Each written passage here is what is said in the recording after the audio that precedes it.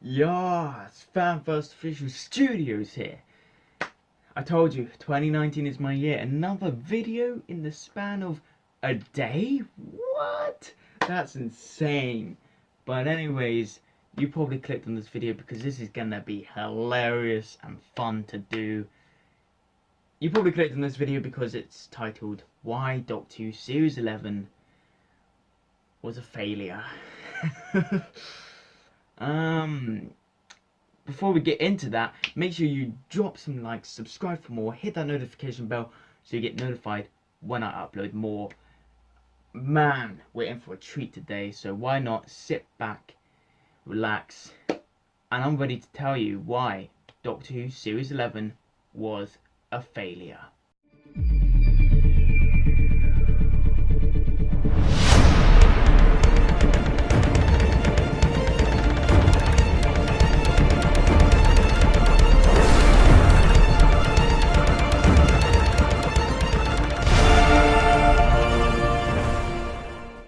Right then, before you say anything, this is all my opinions. My opinions on Series 11 is so strong, okay, and a lot of other people do not like this series, and I'm one of those people who do not like Series 11. And before I say anything, it is my third worst Doctor Who series of New Who ever. I do not like it. It's up there with Series 9 and 7 of being the worst series. But why do I think it was a failure?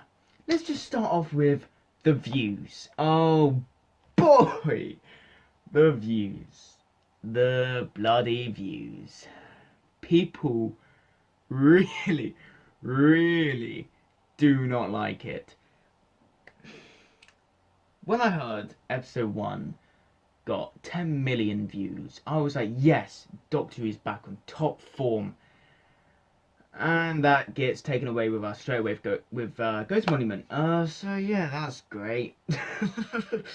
The views every week just kept going down and down and down, and they plummeted to 5 million to 6 million views at the end of the series.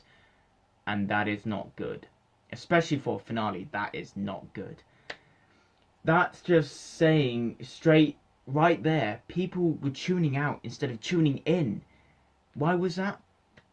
I'll tell you why. The stories. My God, the stories were bad. Oh, Jesus Christ. I was so hyped for Series 11.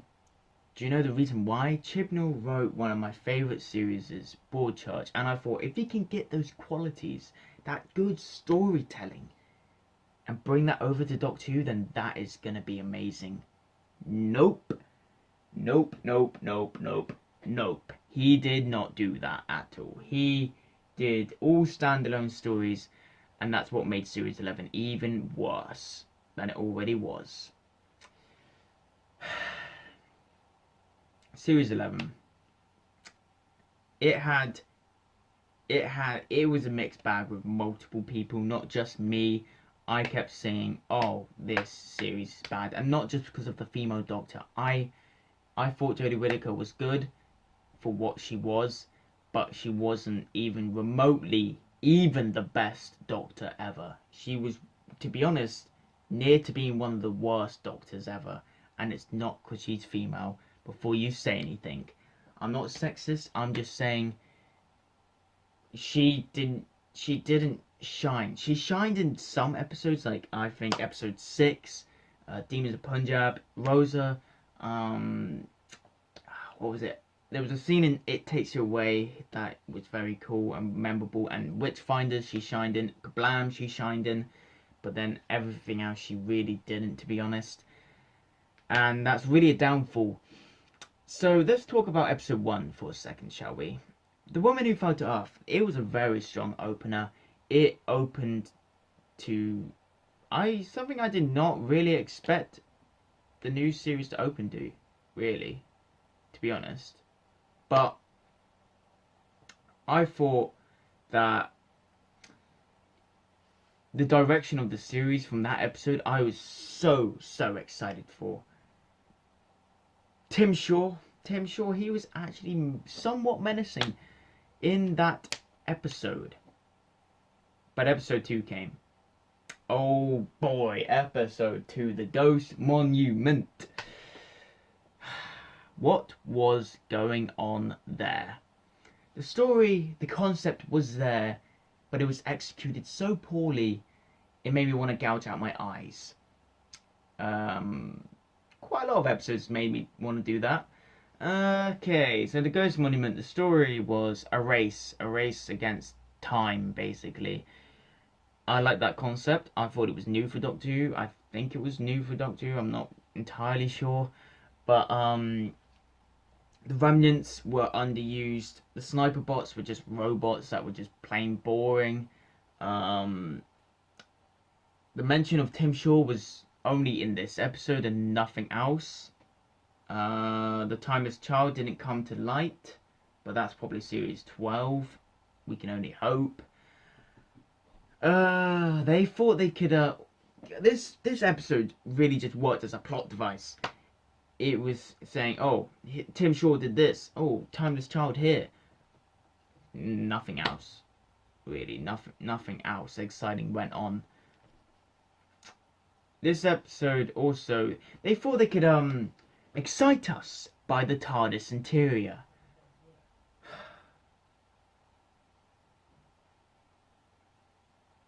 No.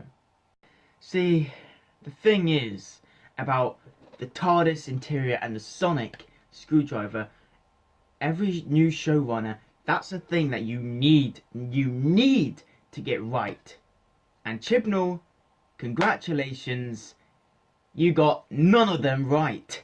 The sonic screwdriver looks god awful, and I'm not talking about, oh, it looks like a dildo, I'm just saying it looks god awful. The interior, however, oh god, it looks like he just took the 10th Doctor's TARDIS, however, I'm talking about 10th Doctor's TARDIS here.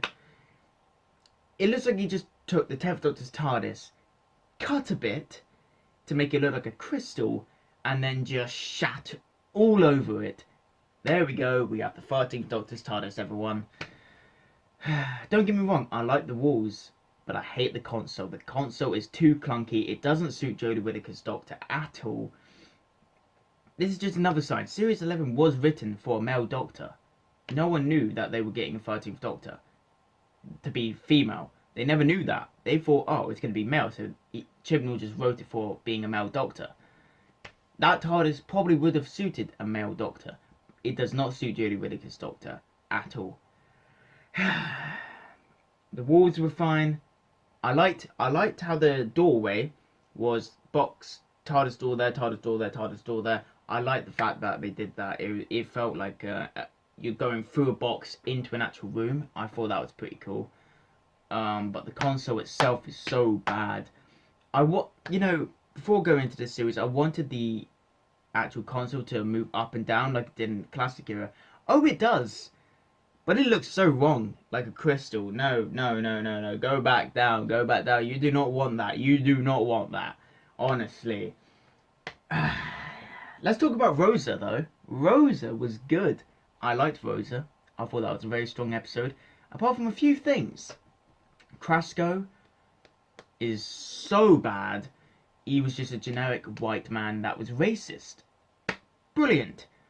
And, the Rise Up song that was specifically written for this episode, it was shit. They could have replaced that with a more emotional piece done by Zegan Akinola, the new composer.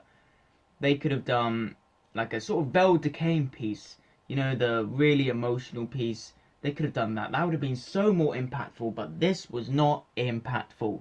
And I hated that they played that song for the end credits as well. That was so bad. When Doctor Who before tried to get really across an emotional point, they played the title sequence theme in the end credits as well, but that was more impactful than Rosa. Like, honestly, it was. How you can make that episode much better? Replace Krasko with the Trickster. Yes, the one from Sarah Jane Adventures, that awesome villain.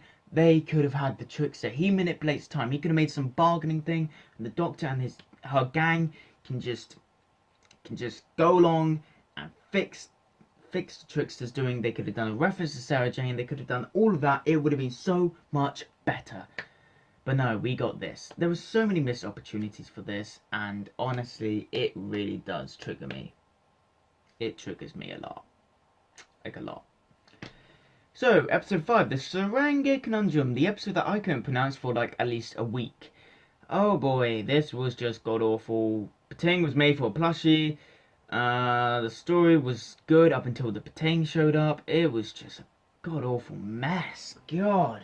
It's like Chibnall did not know what he was doing with that episode. Like, honestly. It was really bad. But can I talk about something for a moment here? Series 11 could have been just so much better if they replaced Tim Shaw with a Sontaran. That tentacly, robotic-y ball thing with a Rutan. That could have been such a cool story arc. Then the finale could have been a two-parter. It could have been a massive Rutan and Sontaran war. No Tim Shaw. It could have been just so much better that way. Why didn't Chibnall do that? The answer is, it doesn't look like he had any idea what he was doing with Series 11. It was just not good at all. Demons in Punjab. Oh, the Demons of Punjab I really loved. The first episode not written by Chibnall, and it was amazing. I love the emotional depth to it. Yeah, the villains weren't really villainy like most villains are in this series. That's another point of this series. I hated that the humans ended up being the villains of the series, not the monsters itself. What are you doing? My God. It was not good. It was not good. I realised I missed out the arachnids of the UK as well, and there's a point to that, because I would have went into a massive rant on arachnids of UK due to the whole, oh, slating America, oh, Donald Trump clone. Just shut up. Shut up. Honestly. Kablam, however, I bloody loved it. Kablam is the best episode in this Series 11. I'm not counting Resolution at this moment in time, but Kazam? I was mixed up with Shazam and Kablam. Kablam was fantastic. I loved the set designs, the cinematography, the robots were awesome. I loved that plot twist. The plot twist I did not expect. Ed Heim, I think his name is, he knows how to write Doctor Who. He knows what to do. He is probably only the writer who properly knew and understood Doctor Who. He needs to be the showrunner. If Chibnall fails for Series 12, get Ed Heim in, please. He's so much better than Chibnall already, and he only wrote that episode out of the episodes that Chibnall wrote. Bloody hell, that was... I really should take a breather. But anyways, we get to the Witchfinders. I actually like this up until the Morax reveal. My God. The Morax. They should have got rid of the hair. The Morax looked like a bloody overgrown Ewok, for Christ's sake. Like, for God's sake. Like, you can't deny that. The Morax looked like a fucking overgrown Ewok. But the thing is, they built the episode so far up to the point where the Morax was only revealed 10 minutes towards the end of the episode. That's not very good. It should have been revealed at least 20 minutes before the end of the episode, because then it gives that more story to go with, and it just feels like a rushed ending, really, and that's not good for Doctor Who. That's really not. Episode 9, It Takes You a Fucking Way. Boy, I like this episode up until the point of that frog bit, because the more I think about it, the more just weird that is. It reminds me of the frogs from Shrek. Like, you know, the singing ones? Oh, God. Because if you think about it, the frog was seducing the Doctor, and the Doctor's like, no, I can't be with you. We can never be together. And I'm there like... First of all, I don't know what the hell that accent was. But the frog was just juicing the Doctor, and I was there like, what the fuck is going on? It was going so well. So well. I like the concept of it. I like the whole build up towards it. I like the whole different realms, mirror realms, different universes and all that. The emotional depth of Graham and Grace. Oh God, that actually made me cry. Because when Graham just turned away and was like, you're fake. I was there like, oh, that shot me straight in the heart. You see, the one thing Chibnall did very well with this, he made a character in episode 1, Grace, so likable that we got already attached to her, and then built that emotional depth throughout this entire series. I thought that was very well done. But it takes you away, failed with that frog part. I love the bit where I really did like the bit where the Doctor was doing that speech. I've lived longer, I've seen more things, I've lost more things, all of that speech, if you know what I'm talking about.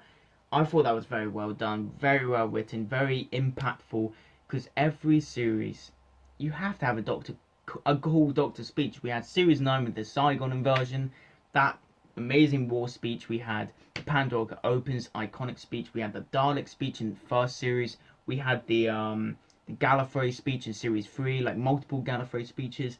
We had Series 2, there was the cigarette speech. Every Doctor needs to do a speech. Series 7, we had Matt Smith with that amazing speech. The only probably iconic and best moment of Series 7 there was. Like, honestly, it was amazing. I thought that really showed that she is the Doctor. She can play that Doctor. And I prefer Jodie Whittaker's Doctor when she's darker. Because there was a scene in Resolution where Ryan's dad was about to be sucked out, and Ryan was like, "Doctor, help!" And then the Doctor literally just looks at Ryan, then looks back to just save her own life, because all she was wanting was to kill that Dalek, to destroy that Dalek. And I thought that was very, very cool and quite dark, because the Doctor did not literally care about Ryan's dad at that moment. She wanted to kill that Dalek, and I was like, wow, that is awesome. Very Sylvester McCoy-esque Doctor-y when she's like that. And that's the best side of Jodie Whittaker's Doctor, not that stupid quirky thing.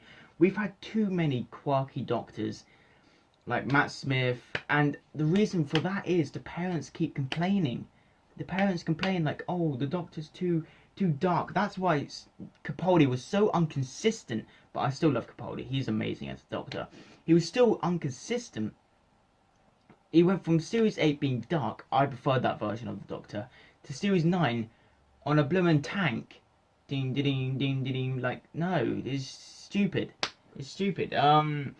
But the best side of Jodie Whittaker as the Doctor is her dark side. And I want Series 12 to explore more with that, because that is what I want to see. Not the stupid, quirky thing. That's why I was hyped for when the Daleks to return, because the Doctor, every new Doctor needs to go up against the Daleks in their first series. And the fact that they weren't in this series was kind of a downfall, but then they came back for Resolution, and that's when we got to see Jodie Whittaker's hatred coming out for a certain villain. And that's the most iconic thing about this show, is to see that hatred for the Daleks, and the Daleks slaughtering people, which was amazing in Resolution. I loved that so much. But yeah, Jodie Whittaker's dark side is the best side of this Doctor, and that's what I want to see more of in Series 12, but I really can't get my hopes up for the next series, because honestly, Series 11 was so dog shit. It was really bad. But we got, oh, I'm stuck on there a bit. We've got the Battle of Ranscott Avkalos. Boy, what a shit finale. What a way to end of it. Shit. Just shit everywhere. It was so bad. Honestly, like, Tim Shaw was threatening for about 10 seconds, and then he gets shot in the foot by Graham. And he was on about saying, oh, I'm a god warrior-like creature, and then Graham goes bang, shoot to the foot, and he's like, oh, you've defeated me, ah. Why? You don't realise actually how pissed off I was at the end of that finale. A few people can vouch for me. I was extremely pissed. I was livid. I was so annoyed. I was like, this is going to lead into Resolution. I was so... I've learned never to get my hopes up for a Chibnall episode ever again. Never. Never ever. Honestly, I was so annoyed. And it could be so much better with Sontarans and Rutans. Chibnall, you failed. You failed to please the hardcore Doctor Who fans. You were so eager to get in new people, but yet you alienated the people who've been watching since the very beginning of New Who and since the classic series. You've alienated us. You made the show too new. Too new. At least Moffat, Rusty Davies kept the sort of sameish feel, especially in the first series, of the classic Who. They didn't have the biggest budget like classic Who, but that was awesome. I liked that. But Moffat kept that same feel. He did add some new things to it, I will say. But Chibnall, he basically just got rid of the old, but just referencing the previous series for hardcore fans to, you know, get knowing. But he just alienated us, basically all of us, and that's what a lot of people are saying as well. And it's not just me, it's a lot of people saying that, and I just do not like that.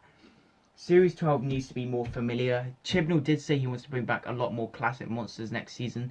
If that's the case, he said he does want to bring back the Sontarans. Make the Sontaran and Rutan War happen, please. It doesn't need to be the finale, because I want an actual good Dalek finale for Series 12, but I can't really give my hopes up, really. I really can't, because it was just not good. Resolution, however, I really like that. That should have been the ultimate finale of Series 11, but I still count that as a special, to be honest.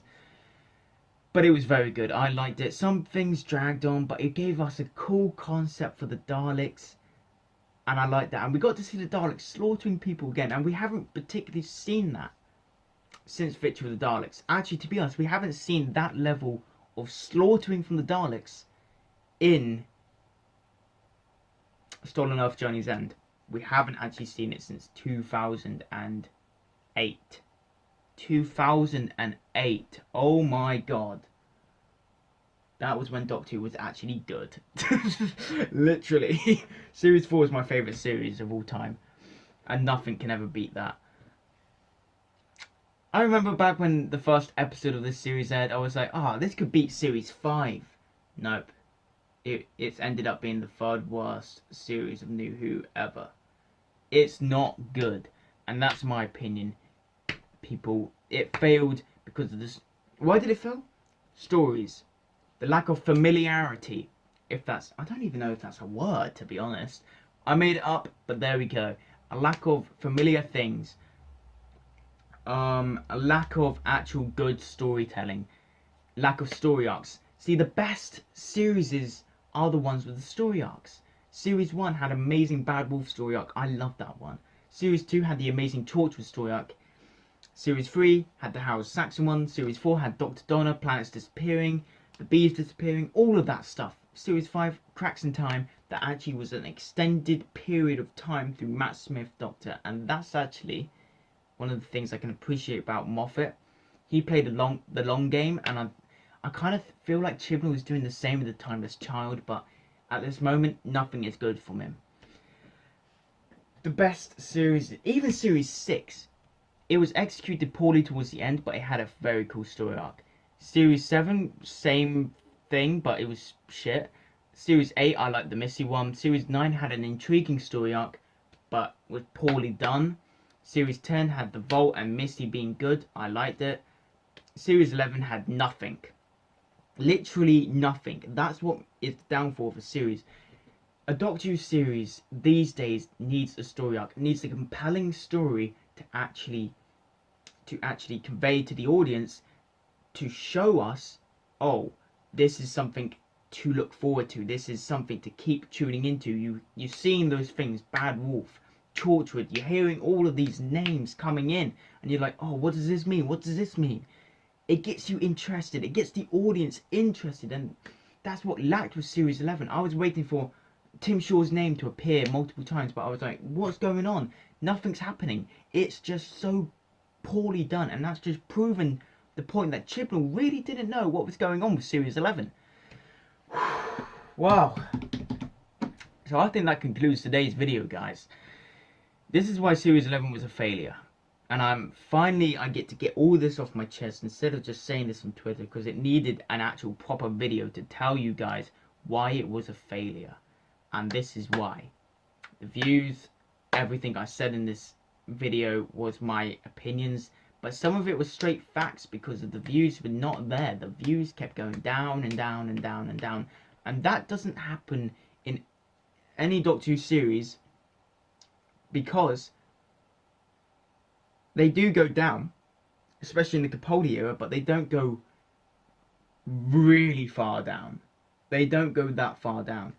But this one just kept going because people tuning out do not like the story they were doing. So overall, this is why Series 11 was a failure in my eyes, and I hope you guys can respect my opinions, and if you have a different opinion, I will respect you if you respect my opinion. That's being said, this is Fan vs Fish Studios. Hope you enjoyed. Leave like, subscribe if you haven't already if you're new here, notification bell, follow me on Twitter, and I will see you all in the next one. Hope you enjoyed this. I most certainly did. Peace.